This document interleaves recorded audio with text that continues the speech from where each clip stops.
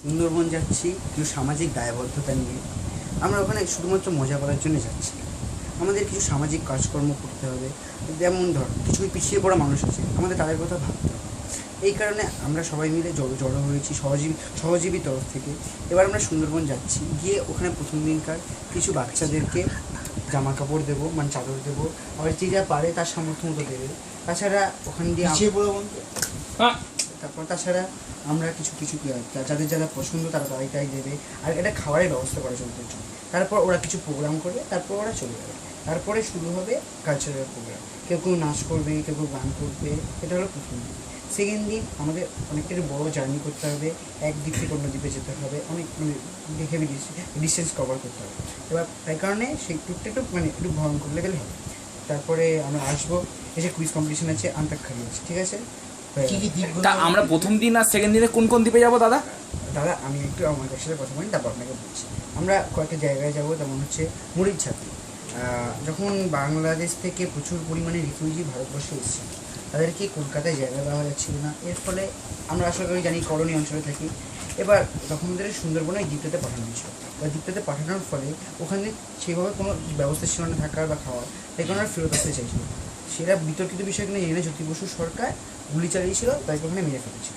বেশ হয়ে গেল। কোন সালের পেপারে বেরিয়েছিল দাদা? এটা আমি জানি না কোন সালের পেপারে বেরিয়েছিল, আশা করি আপনি জানেন, তাই আপনি কোশ্চেনটা আপনার কাছে লিখুন। বন্দুকটা গিয়েছিল, বন্ধুটা AK-47 যেমন নামে সেকেন্ড পার্টে আসুন। জ্যোতিবাবু সরকার। জ্যোতিবাবু সরকার, আপনার সরকার না। তারপরে জ্যোতিবাবু কি পার্টি করতেন জানেন? জ্যোতিবাবু সিপিএম করতেন, আর উনি বামফ্রন্টের মুখ্যমন্ত্রী ছিলেন। বামফ্রন্টের মুখ্যমন্ত্রী, রাজ্যের মুখ্যমন্ত্রী না। বন্ধ করো।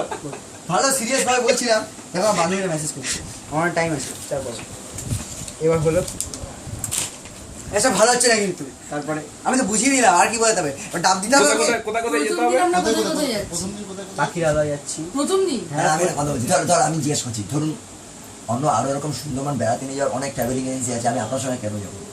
কারণ আমাদের মধ্যে একটা আন্তরিকতা আছে, যেটা কি আমি করে বুঝবো? ঘুরিয়ে নিয়ে তারপরে আমরা ডাব দিই সবাইকে। আর আপনাদের প্রথমে ট্যুর প্ল্যানটা কোথা থেকে কথা বলুন? আমাদের প্রথমে ট্যুর প্ল্যানটা হচ্ছে আপনার বাড়ি থেকে আমরা স্টার্ট করবো। সেটা আমি আসলাম, আপনার কন্ট্যাক্ট পয়েন্টটা কোথায়? আমাদের কন্ট্যাক্ট করে যাদবপুর থানা।